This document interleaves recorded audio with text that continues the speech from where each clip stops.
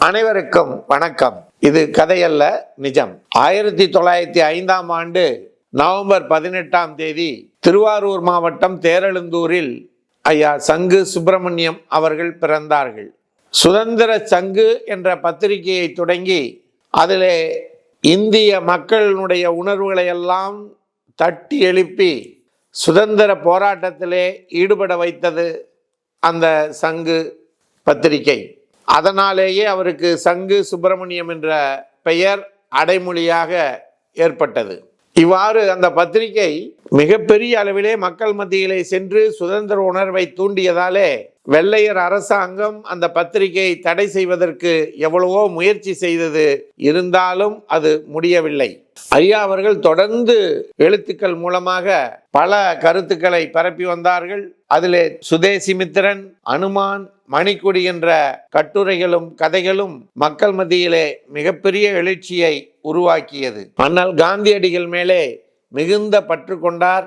அந்த பற்றின் அடிப்படையிலே அவர் அறிவித்த அனைத்து போராட்டங்களிலும் தன்னை ஈடுபடுத்தி கொண்டார்.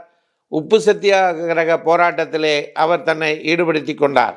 சென்னை திருவல்லிக்கேணி அருகே ஐசோஸ் பகுதியிலே சுதந்திர போராட்ட பேரணி நடைபெற்றது.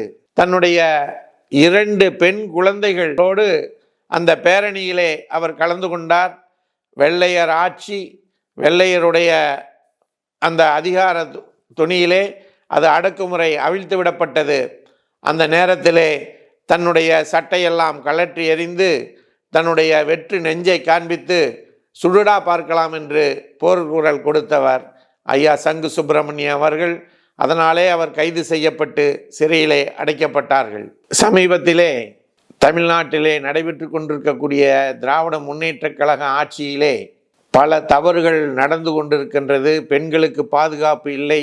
பல முறை போராடியும் கூட அது நடைபெறவில்லை என்று அண்ணாமலை அவர்கள் தனக்குத்தானே சவுக்கடி கொடுத்து கொண்டார். இதை நாம் கண்கூடாக இன்று கண்டோம்.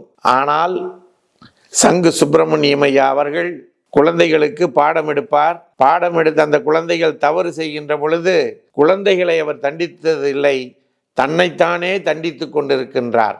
அவருடைய பாடம் மாணவனாக அண்ணாமலை இருந்திருப்பாரோ என்னவோ எனக்கு தெரியவில்லை. இவ்வாறு மிக சிறந்த எழுத்தாளராக, தியாக உள்ளம் படைத்தவராக, சுதந்திர போராட்ட வீரராக திகழ்ந்தவர். பட்டியலின மக்களுக்காக பல நல்ல செயல்களை செய்திருக்கின்றார்கள். ஒரு பெண்ணுக்கு உதவி செய்ததனாலே அந்த பெண்ணை அந்த பட்டியலின மக்கள் துச்சமாக மதித்தார்கள், அவர்களை கேவலமாக நடத்தினார்கள். உடனடியாக ஐயா அவர்கள் அந்த பெண்ணை தானே திருமணம் செய்து கொண்டார்.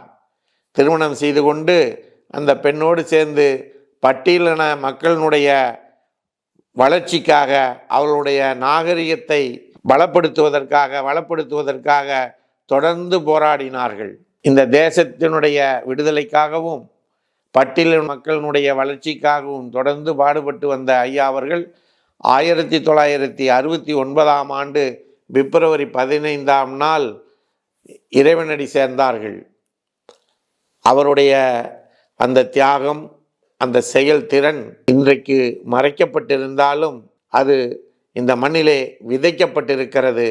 அந்த விதைதான் இன்றைக்கு தன்னைத்தானே வருத்தி கொள்ளக்கூடிய ஒரு தலைவரை தமிழகத்திலே கொண்டு வந்திருக்கிறது என்று சொன்னால் அது மிகையாகாது என்று கூறி, ஒவ்வொருவரும் இந்த தேசத்தினுடைய நலனையும் ஒவ்வொரு மக்களினுடைய நலனையும் கருத்தில் கொண்டு சுயநலம் எடுத்து பொதுநலத்தோடு வாழ வேண்டும்.